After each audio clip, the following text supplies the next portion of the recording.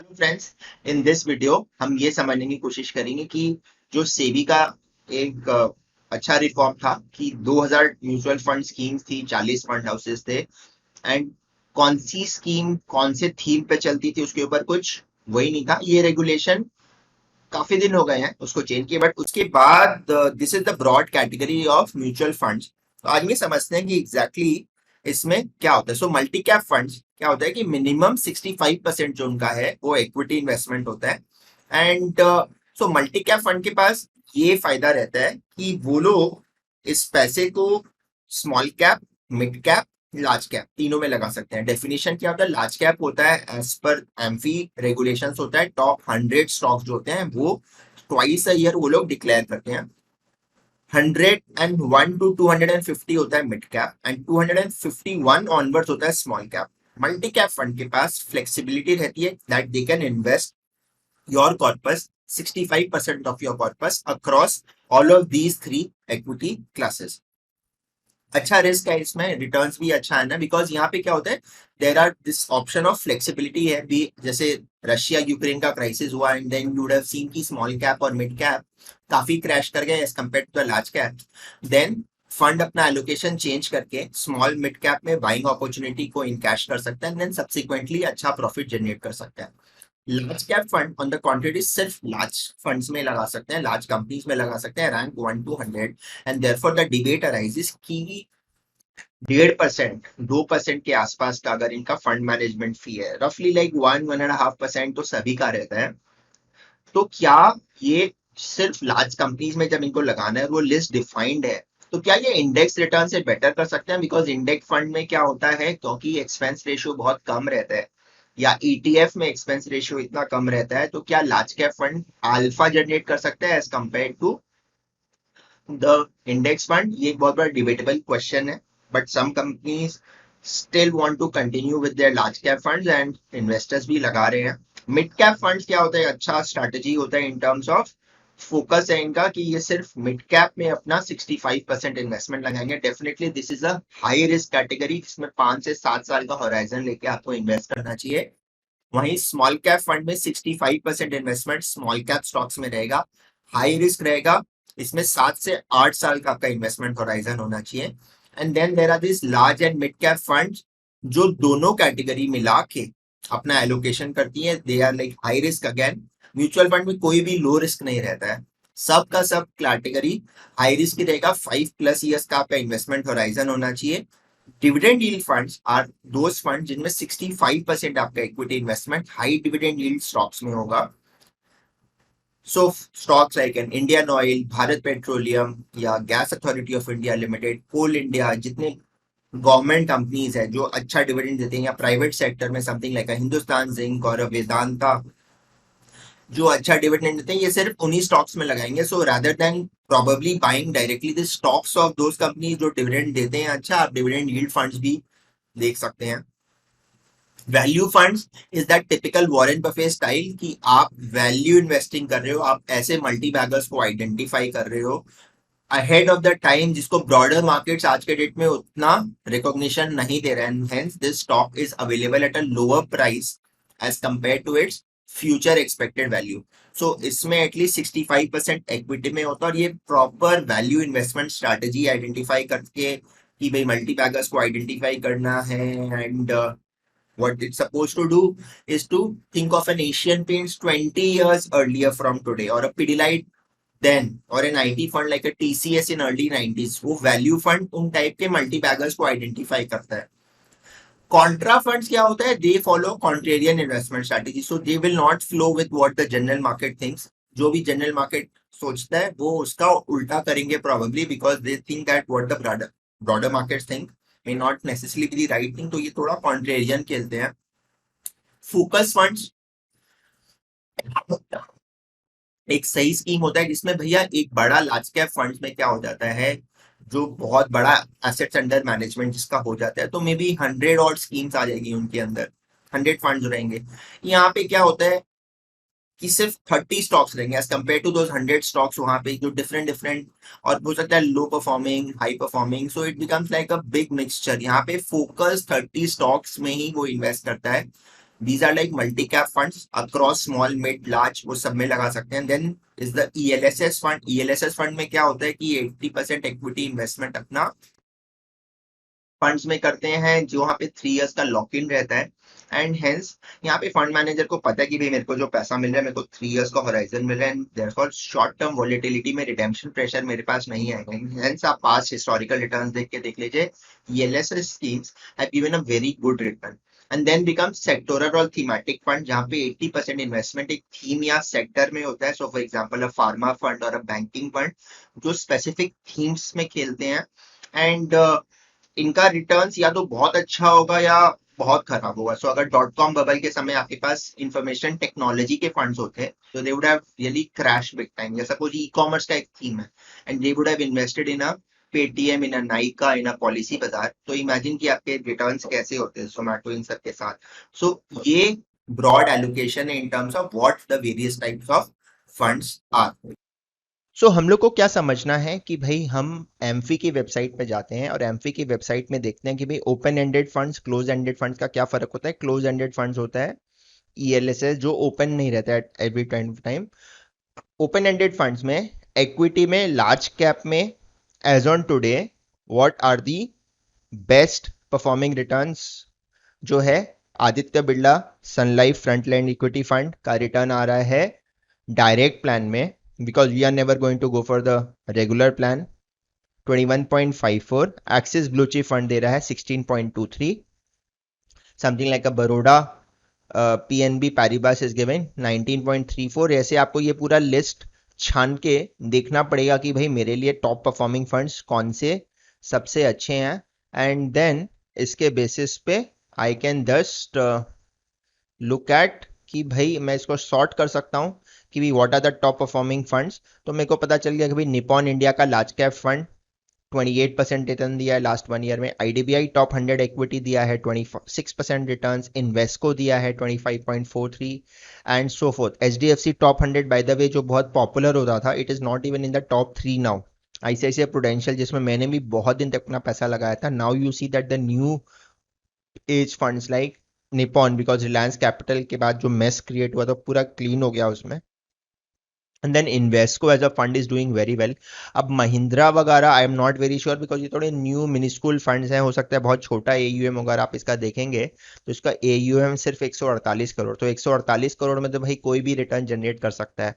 Similarly Invesco में भी 610 में ही ये रिटर्न जनरेट कर रहा है, या ये भी 600 करोड़ में कर रहा है. तो छोटे फंड में रिटर्न जनरेट करना ज़्यादा ईजी होता है बिकॉज वो बड़ा रिस्क ले सकते हैं. एंड दैट इज वहीं पे आप देखेंगे HDFC के पास 22,000 करोड़ है, ICICI प्रूडेंशियल के पास 32,000 करोड़ है, निपॉन के पास 11,000 करोड़ है, आदित्य बिरला के पास 22,000 करोड़ है. तो इतना लार्ज AUM में अल्फा जनरेट करना थोड़ा डिफिकल्ट हो जाता है. So this is how this cookie crumbles for the large cap.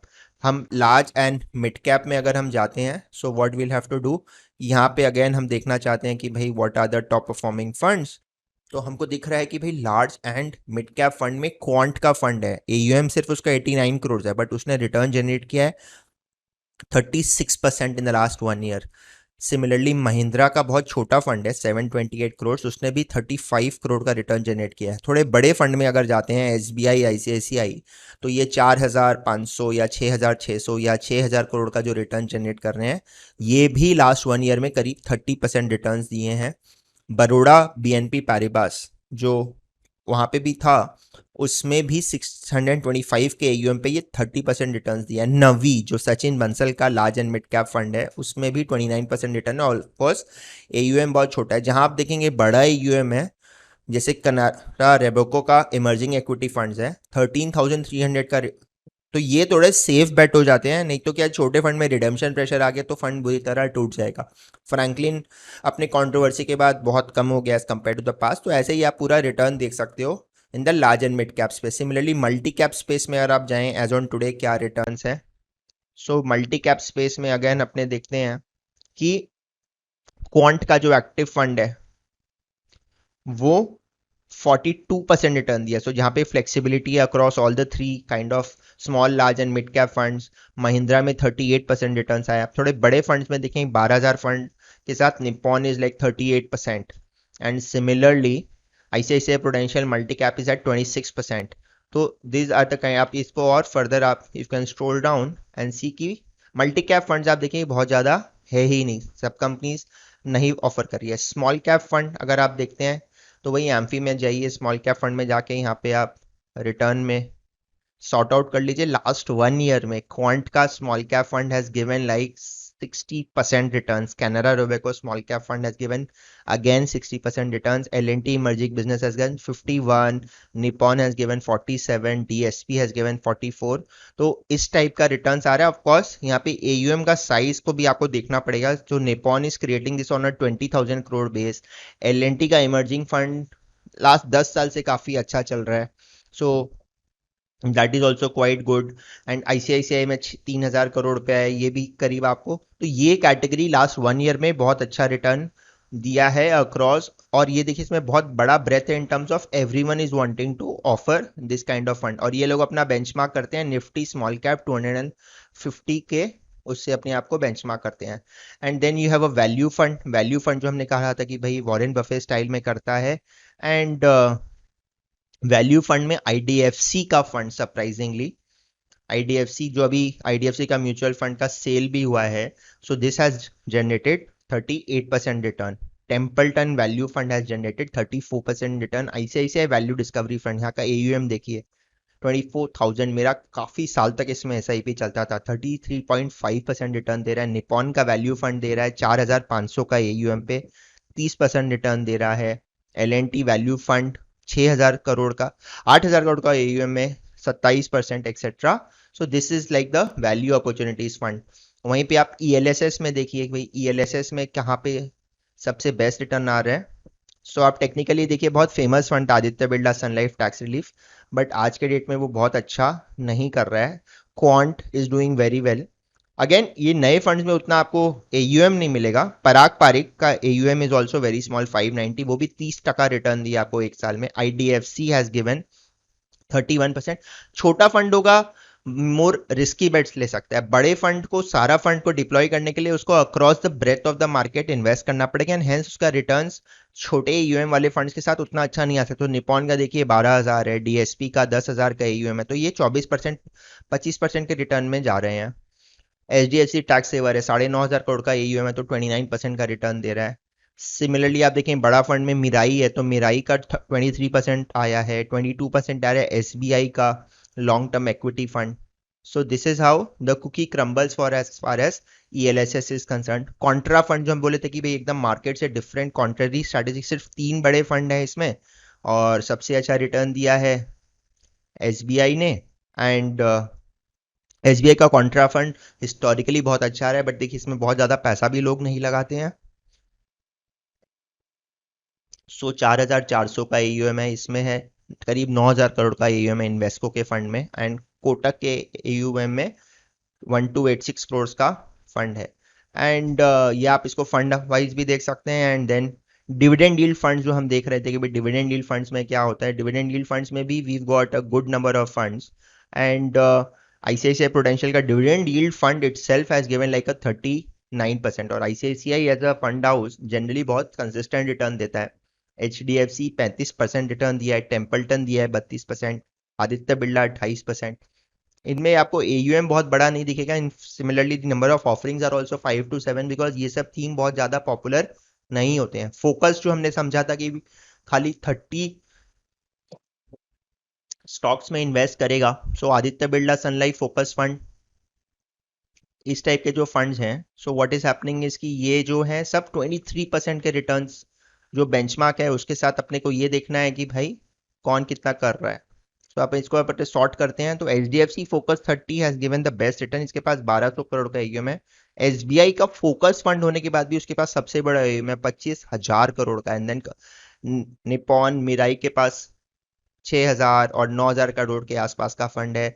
Aditya Birla focused equity के पास भी करीब 6,000 का फंड है। 19,000 करोड़ एक्सेस का फोकस 25 फंड में, ये सिर्फ इस बार 15.92 का रिटर्न दिया as compare to good funds which have given like a 37।